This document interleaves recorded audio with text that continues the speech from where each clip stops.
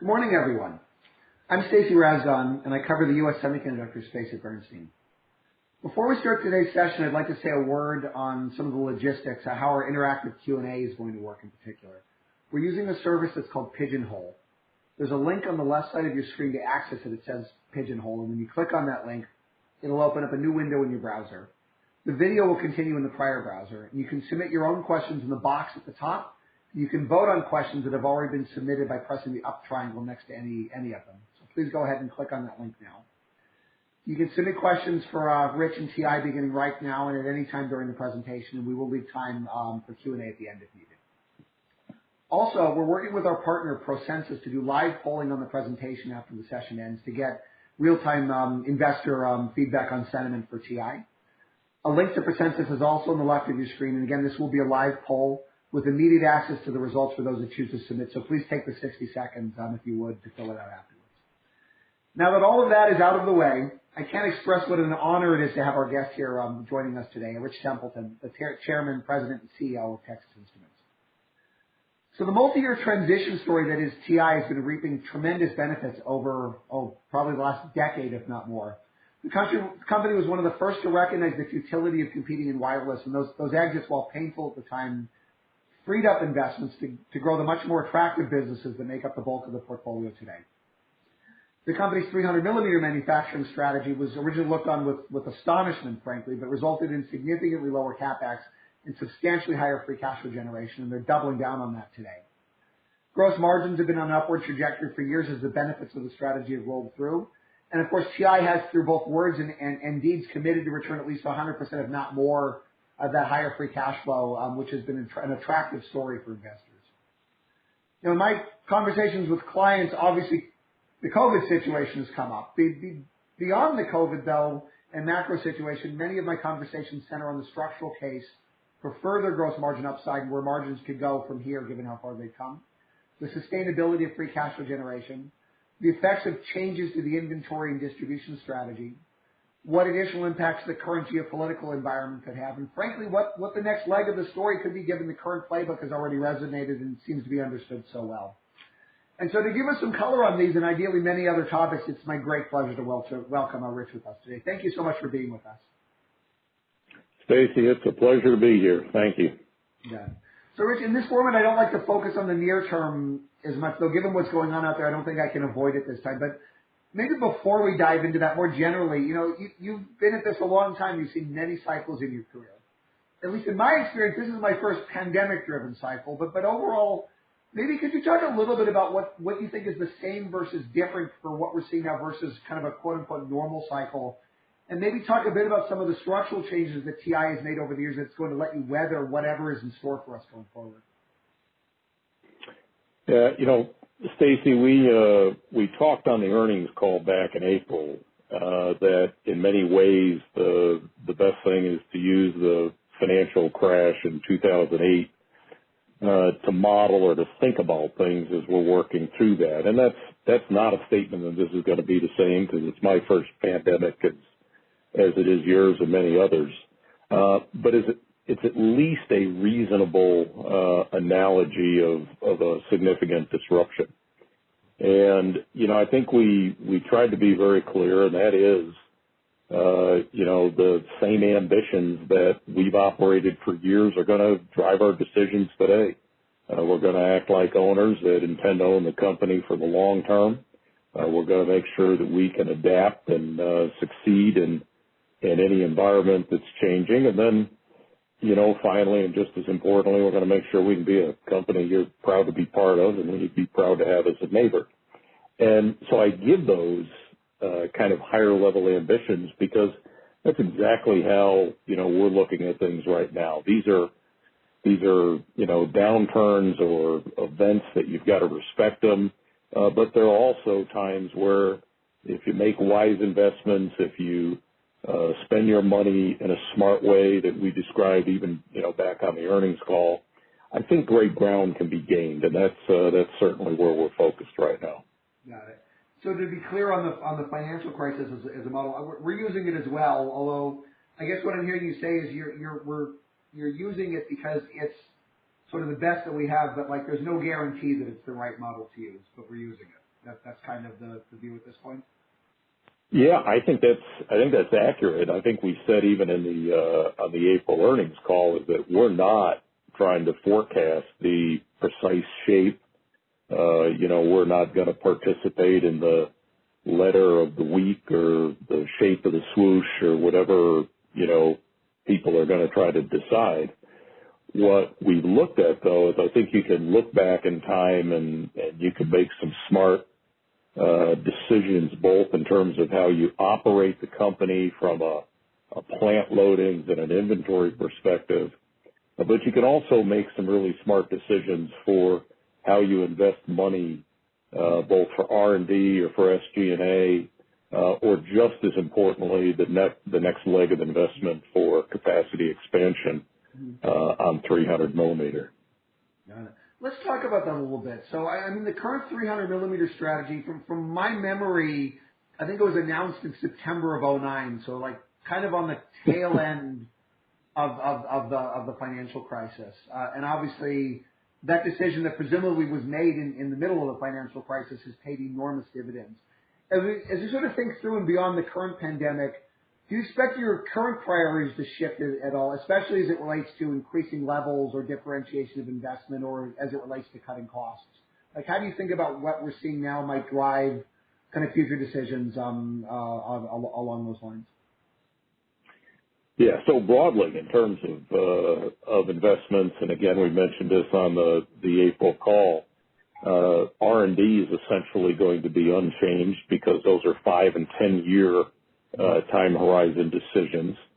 SG&A, to the degree that we're investing for new capability, you mentioned in the brief overview of bringing more customers direct or changes to our distribution program or investments in TI.com. These aren't just a good time to make those investments. These are actually a wonderful time to where you can really accelerate and get ahead of people in terms of that. Where you can save incremental cost on SG&A, you'll certainly do that. But then when it comes to capital expenditures, that's probably going to be mostly unchanged because most of what we're spending today is looking out in the 2022, 2023 timeframe for what that trend line of demand is going to be, which is why we're moving forward with the Renner 2 or the RFAB 2 project to make sure that the shell will be done and it'll be available in that time frame. Got it. Thank you. I guess in the near term, you talked about, again, I hate to ask so tactically, but again, I'm getting questions on the online as well. You talked about sort of like order trends weakening in late March and April. We're through May now. Are you seeing any changes in May relative to what we saw in April or versus your expectations when you had earnings? Like, any signs of green shoots from here? And again, this is a question that's coming in from the investors as well. Yeah, no, near-term questions are certainly understandable, but we're going to, for today, stick with what we talked about in April, and then in July when we get second quarter earnings out, we'll give an update of how things have shaped through the quarter. Got it. Okay. I want to ask you about your inventory and fab loading strategy. So I remember what happened in the financial crisis. In like many others, you guys have kind of tightened in '08 when things fell off a cliff, and you did kind of get caught by surprise by the demand snapback. As I recall, your lead times went out to something like 30 weeks. My impression was always that was part of what drove the 300 millimeter decision anyways. You never wanted that to happen again. So this time around, you made the decision to continue running the factories mostly normally, and building inventories. We can talk about the broader inventory strategy in a moment, but in the wake of this, you seem to be kind of looking at the view that if there is a demand snapback, you would much rather be positioned to satisfy that and live with the risk if you're wrong. How do you sort of think about, I guess, the potential downside if you're wrong versus the potential upside if you're correct in terms of building that inventory and running the factories where they are? How do you sort of parse those decisions as you're as you're trying to decide what to do in the wake of the current environment? Yeah, Stacy, I generalize two things, and I think you've commented on at least part of this. First is, it's our portfolio today very differently from what we were facing back in 2008 is much different in terms of the percent of our portfolio that are catalog parts. They sell across multiple customers. So the confidence of the shelf life being, very good on those is high. So it ends up giving you an amazingly asymmetric bet where the upside is huge and the downside is minimal. And it's not often in life that you get those, so you certainly you want to take them when they present themselves.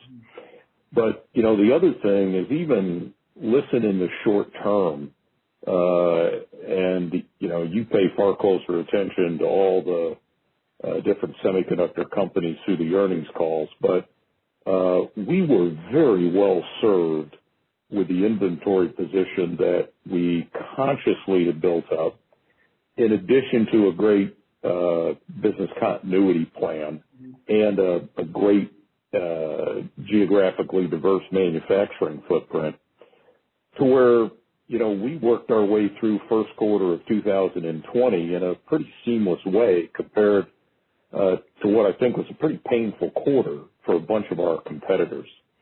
And so this treatment of inventory bad is kind of crazy. In fact, if you've got confidence in its long-term life, in a period when customers are not going to be able to forecast what they need, okay, the company that can basically reach out to customers and say, do not worry, the day you need something, we'll have it for you.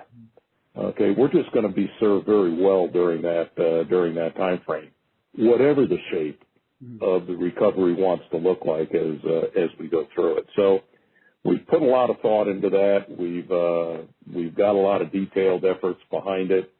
We think it's serving us extraordinarily well now, and we think it's going to serve us well through the next couple of years as this economy tries to figure out what it wants to do.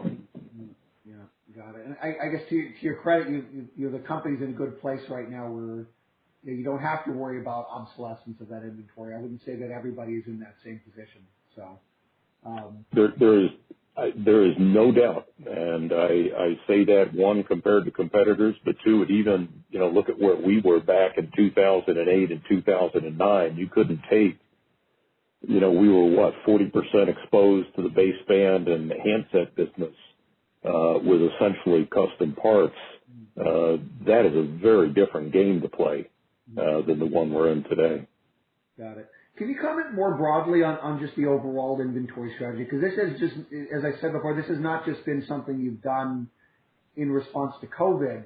You've been deliberately taking up your inventory over the last several years. You've been staging it closer to your customers over the last several years and building out more stockpiles and everything else. Just how does all of that fit into even where are you comfortable running? Maybe you could sort of review where your current targets are for inventory and where those could even go. I mean, I'm not even necessarily convinced that those couldn't go higher over time. Yeah, so I would, before going to a days of inventory number, is go back to even some of your introductory comments about, we've been moving in a direction to build closer direct relationships with our customers because we believe over the long term that is going to give us great advantages and allow us to win more business because we'll be closer to them, we'll know what they need, and we can better service it and support it. And so you watched it over a number of years as we've moved in that direction. I think a year ago at this time we were talking about this kind of next phase of consignment.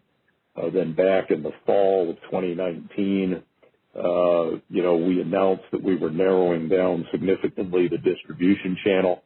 These are all steps in that direction. So it's getting, that inventory actually in one place because it actually gives us even far more capability to be able to then aim at where the short-term demand is on that front. So even though the quote days have been trending up, if you actually look at the absolute dollar amount of inventory, it's actually remaining amazingly stable. And you can't necessarily see the number that I'm about to describe, but we also look at it when we look through the channel, meaning not just TI balance sheet, but what has been held on the balance sheet of our distributors. And we've been trying to bring that number, and we have been bringing that number down. I think we mentioned on the earnings call we've been decreasing it for 7 quarters in a row or something like that. But it's all about how we get that inventory in one place. We provide great service and support to our customers, and I think we're going to be highly rewarded for that over time. Where does that lend itself to a days of inventory metric? You know, we've got some background work we're doing on that right now. You know, the historical days of inventory metric I find rather uninteresting. It's maybe even dangerous because it tends to be a 90-day trailing, and it may tell you to do the wrong things at the wrong time. And obviously, based on what we described we were going to do in the second quarter, we're not letting that metric drive us to do things that aren't wise. Got it. I want to dig into the distribution strategy a little bit. Again, this is something that I get a lot of questions on. And clients wonder what impact, you pulled away from some of your distribution partners. People wonder what impact that might have. But at the same time, if you sort of look at it, as far as I'm concerned, you've been going along this path for a while. You've been moving customers more direct. You've been taking away the demand generation function from the disties. And maybe if you could talk a little bit about like the overall evolution of the distribution strategy over the last several years. And how are you? I've always been surprised that you're actually able to actually handle that demand generation function on your own. Typically, that's a big reason why the distributors, in theory, exist, and you seem to be able to do that very well. Maybe just a little bit, if you could, on just the general evolution of the distribution strategy, consignment, everything else, and what impact that has on how you're running the business today. Yeah, I think the best way that it's how I think of it, it's how we have architected it, is really go back to the discussion you hear from Dave and Raphael a lot about our 4 sustainable competitive advantages of manufacturing and technology, then a broad, set of analog and embedded products, then the broadest reach of our sales and marketing channels, and then diversity and longevity. And we really, we don't believe that this discussion on competitive advantages is slides for Dave and Raphael to share during capital management, but it really is what we believe is how you fundamentally invest to build a very sustainable business model for the long term, which is what lets you do the things that you described in the opening, your opening speech. So in many ways, the distribution changes are just part of, think about investing in a strength or leveraging a strength. So we invested over a 6-7 year period building out that applications and sales footprint, building out the capabilities of TI.com, and now we continue to not only build out that capability, but now we want to leverage it as well. And the fact is, distributors have never been very good at creating demand. And we proved that, just very clearly because we wound down theoretical involvement by distributors 5, 6, 7 years ago. And not only did our share not go down, it's continued to go up. So I think it just comes back to, it really proves that our view of where we're heading is the right one. And these final changes of just really now pulling order fulfillment out of the channel, it's just something that we can do much more efficiently because we can have the inventory in one place, we can ship and fulfill quickly, and it's going to give us advantages. And I actually believe these are advantages that, and Stacy, I think our competitors pretty well.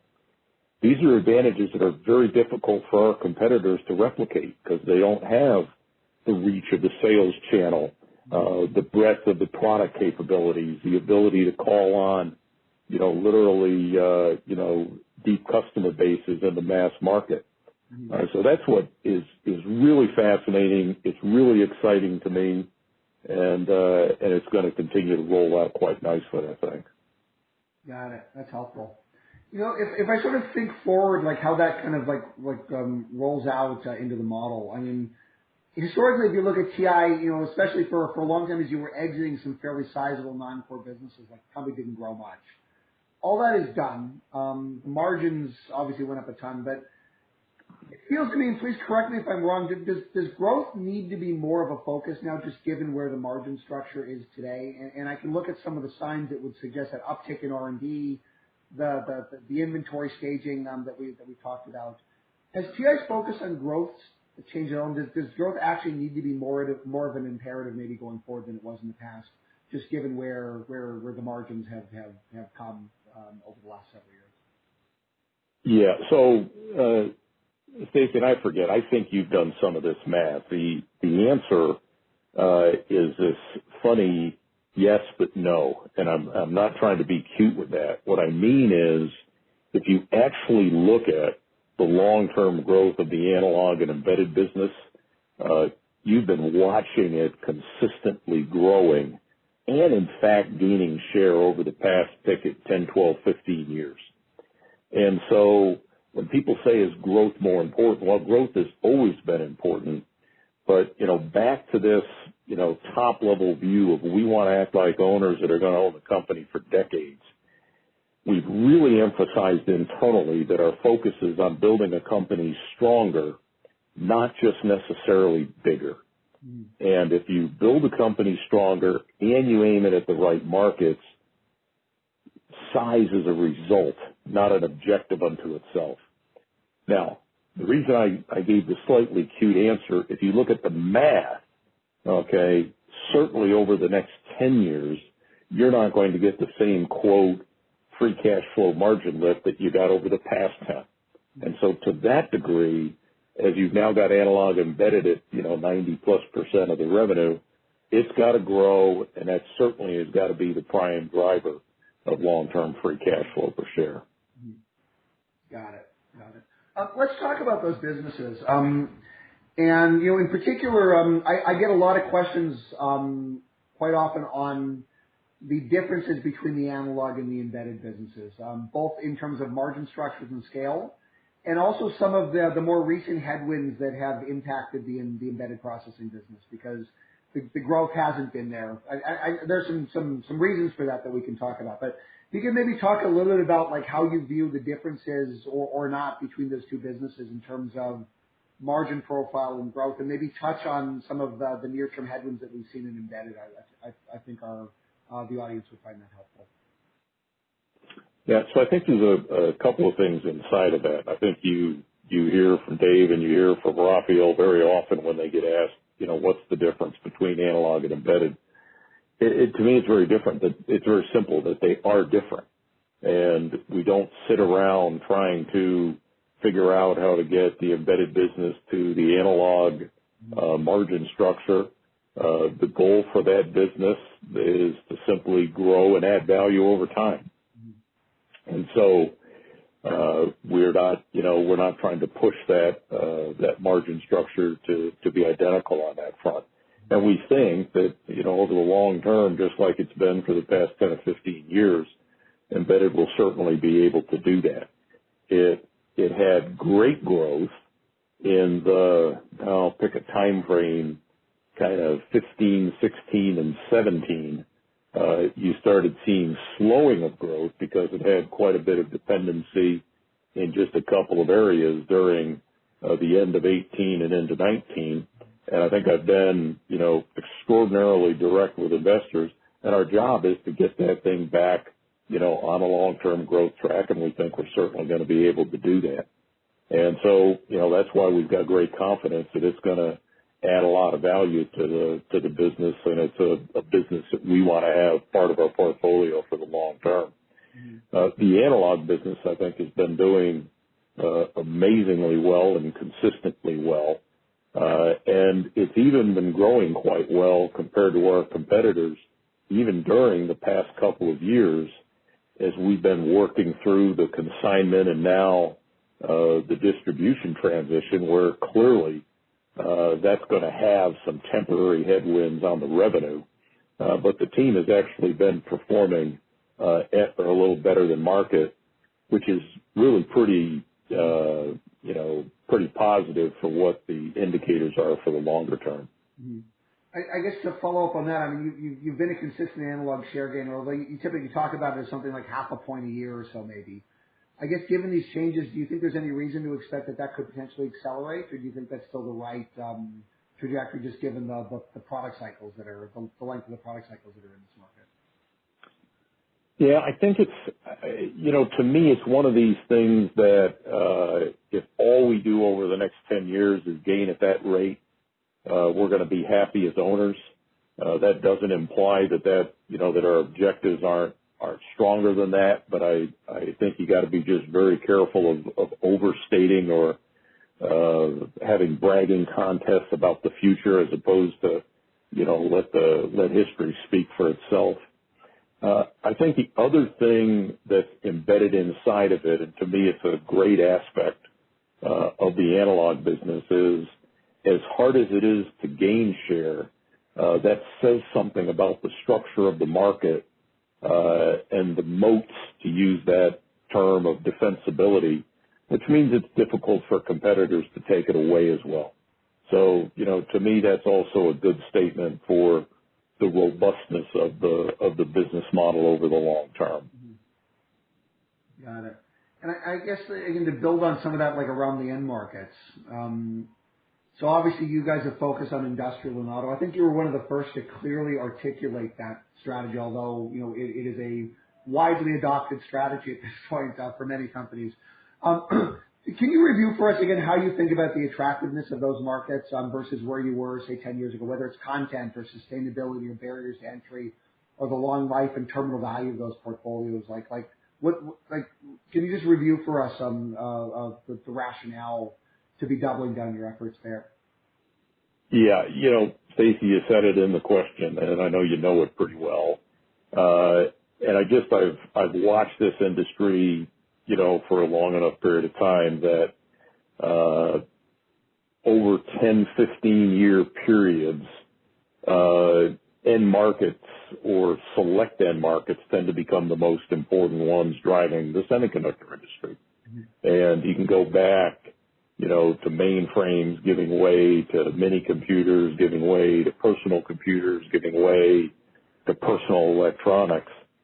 And I really believe when you sit back and look over the next probably at least 10 and 15 years, that the trends on content or semiconductor content growth, mm-hmm. meaning dollars per system, and what those dollars per system are going to do in the automotive applications and the broad set of end markets that are captured under industrial, just say that they're going to be the most important semiconductor markets driving growth. Mm-hmm. And that doesn't mean that personal electronics are going away. They're going to be with us for a long time. They're going to be large markets. We're going to be involved in them. We're going to be successful in them. But you really have to be well positioned in industrial and automotive to be in the right spaces over 10 or 15 years. We do believe we got lined up ahead of the industry on that by choice. Our breadth of our product portfolio, if you then look inside to our breadth of process technologies and package technologies, and you look at our roadmaps of what we're investing in, they really have the needs and careabouts of the automotive and the industrial market in mind. So think higher voltages and higher power, isolation, RF, those types of things all really matter in that world. And we've been investing well for that. In addition, our customer reach investments that we've already talked about. When you want to win in the industrial market, you need to be able to cost effectively get to 80,000 and 100,000 customers. And we're really the only semiconductor company poised to be able to do that. And I think it's going to be great to have on our side. Mm-hmm. Got it. I want to ask about one of the other markets where I think your view has been maybe different from others, and so that's common infrastructure, in particular 5G. So, if I sort of put companies on a spectrum of how they view the potential of that market, you guys are, for sure on one end of that spectrum, maybe on the less enthusiastic side of it. Could you maybe talk a little bit about like why and like what's sort of driving your view of 5G and maybe common infrastructure more broadly? Because I do know it's a market where you are focusing less.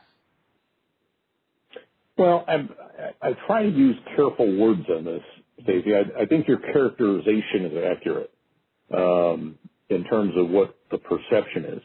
But we think the common infrastructure market, we think the 5G market's a wonderful market. Okay, it's one we participate in. We certainly participate more with the analog business because we thought that was a really smart thing to do 5 and 6 years ago, and I think it's proven to be pretty wise.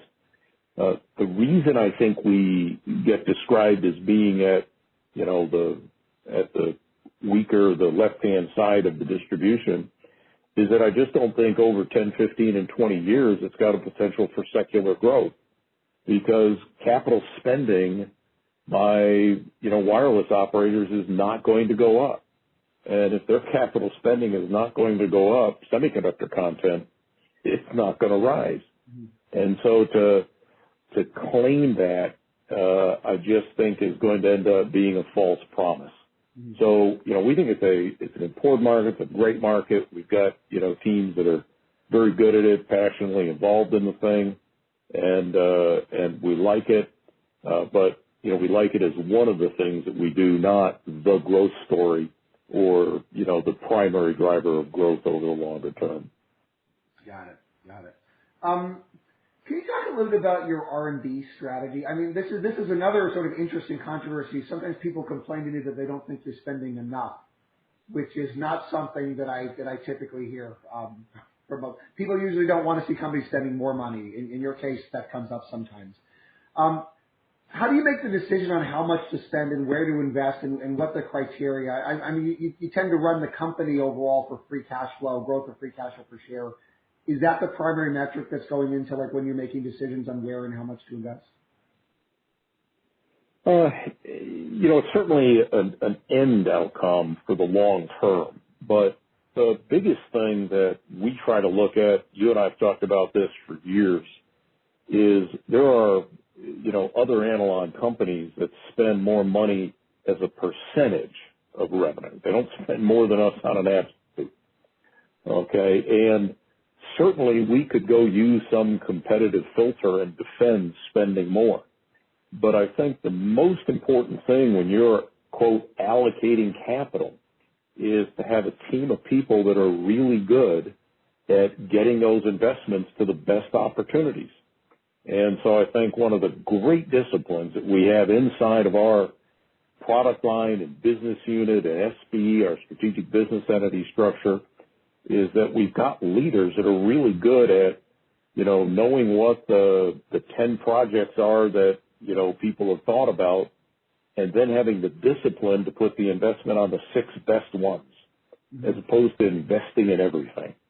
And even though we could, quote, defend it or explain it. And I think that discipline has really allowed us to, quote, invest less as a percentage of revenue, yet we're gaining market share compared to these competitors that are spending a higher percentage. So I think that discipline goes to many of the things that Dave and Raphael talk about on capital management. We live it and breathe it on a daily basis, mm-hmm. and I think it's going to continue to help us going forward. Got it. Thank you. I want to ask a little bit about China, just given some of the geopolitical things that are popping up now. First of all, around the Huawei restrictions, what did you see with the prior Huawei restrictions? How much are you shipping to Huawei now versus what you were shipping, 2 years ago? And what impact, if any, do you think like some of the new restrictions on Huawei are going to have for you? Yeah, I don't have that specific data. I am going to guess it's down in general, but only because of some of the lumpiness of how things looked a couple of years back on that front. In general, I think I mentioned, Stacy, when we talked even a year ago, I would far prefer to see both the leaders in the U.S. and the leaders in China figuring out how to grow the collective GDPs of the country. I think it would do better things. But I'm not going to have influence on that decision.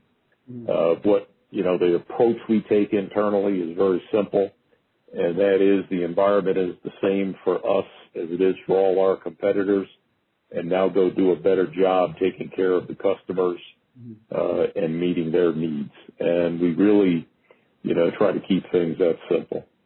Okay. Do you see any potential impact from the new Commerce Department restrictions? I think I'm careful on that because there's been a recent new set. I don't think, depending on the set you're referencing, I don't think they're going to have a big impact for what we do. But I give a very careful answer in that there's always activity inside the U.S. government. I don't always know what all those things are, obviously. Got it. A question from the folks on the line here, also around China. They want to know how your share is trending in China. I think some of it has to do with potential blowback against U.S. suppliers. There's also the question of dropping WPG as a distributor. Did that impact your China share at all? Yeah, my general guess is we're more than holding our own. And I say that carefully. You've heard Dave, I think, on every earnings call when he's asked for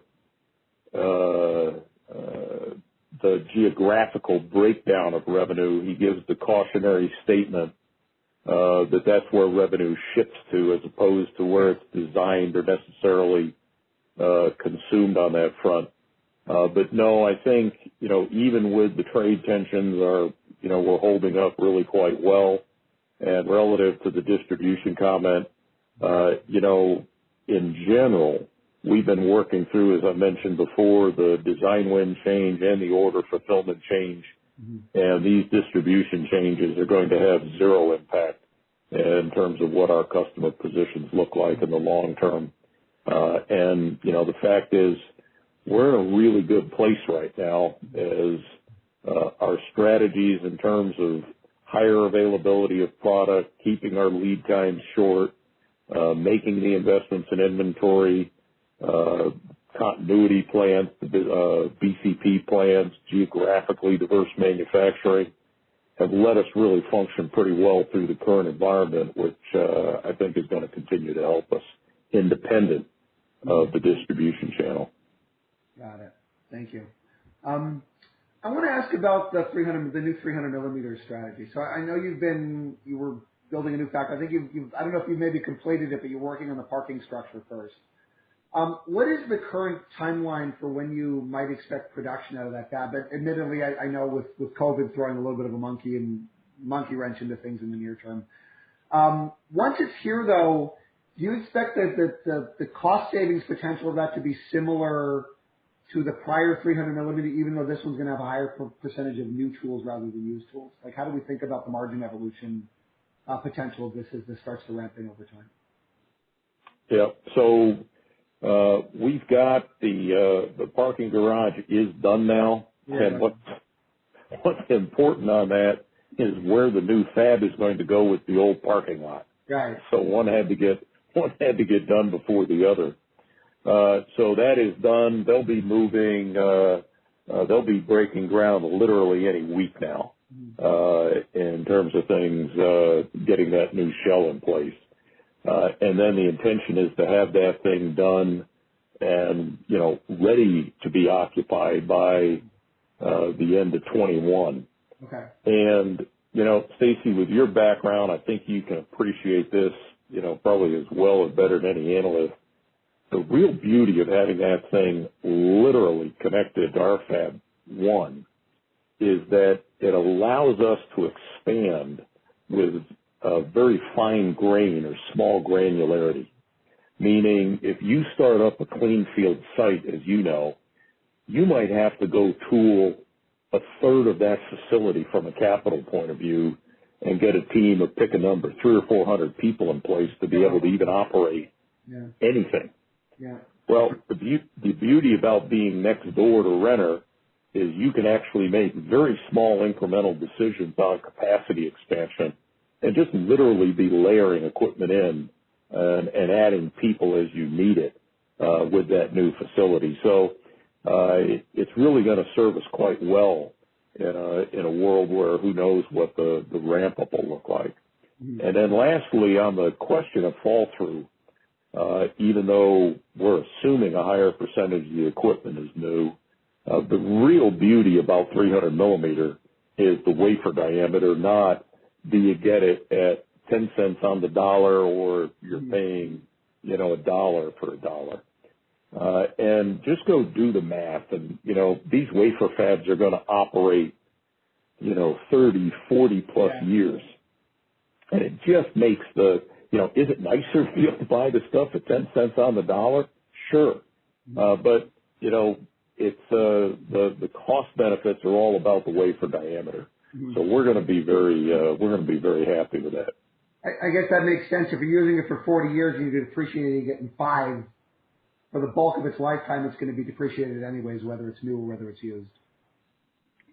It certainly is. And, when we talk about the fact on a 300 millimeter wafer, you basically can get, a 40% cost reduction on the same equivalent die, that would be built on a 200 millimeter wafer.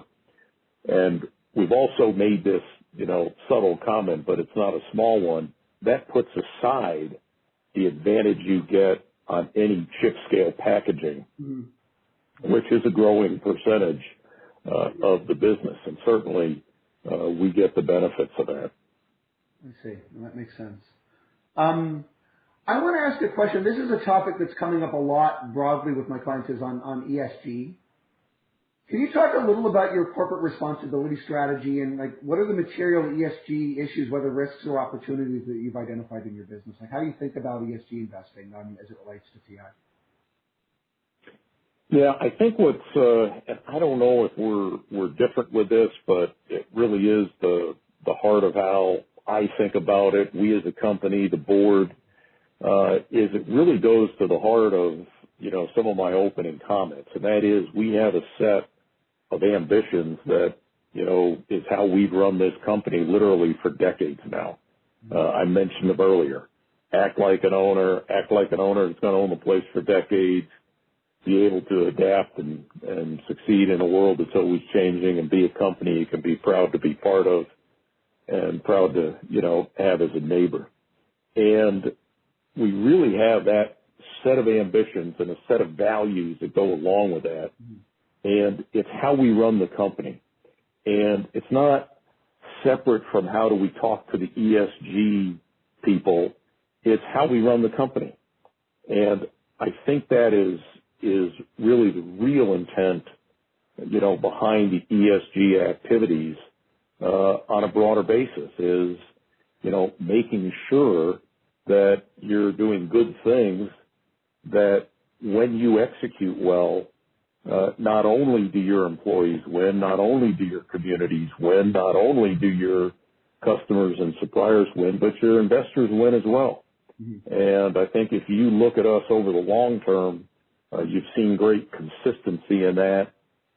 You can see it today in the material that, that we talk about internally as well as externally. And I think it serves us well. Got it. So, Rich, we have about 1 minute left, so I'm going to finish this up the way I always do. I'm going to give you your soapbox, especially maybe for investors who are not owners at this point. Why should they be? Why should investors buy Texas Instruments stock here?